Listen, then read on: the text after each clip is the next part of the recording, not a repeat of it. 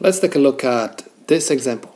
We have to find the current, okay, and I'm going to call this I total. So this is my I total, and I'm going to have to find the current R2.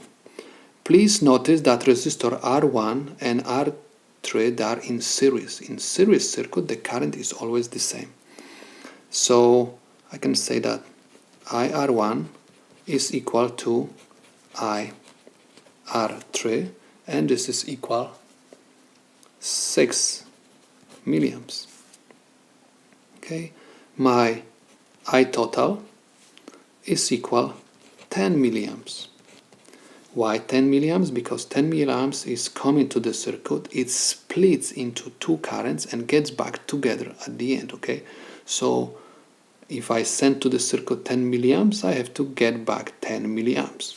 Okay, that's why this current is equal 10 milliamps. Now, this current, okay, let me just write this down. So this is I total, okay, is also equal to IR4, and this is equal 10 milliamps.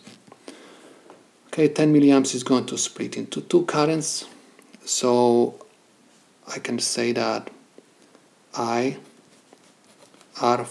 is equal to IR3 plus IR2. Okay.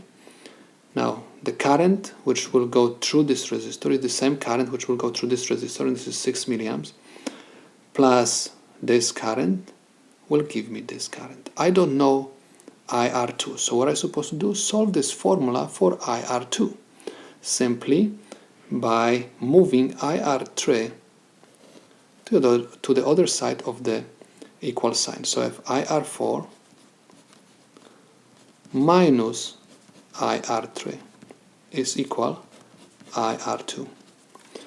IR4 is equal 10 milliamps minus IR3, which is equal 6 milliamps, and this is equal IR2. So I can say that IR2 is equal 10 milliamps minus 6 milliamps is equal 4 milliamps. Okay, so we found I total and we found IR2. So we can say that the problem is solved.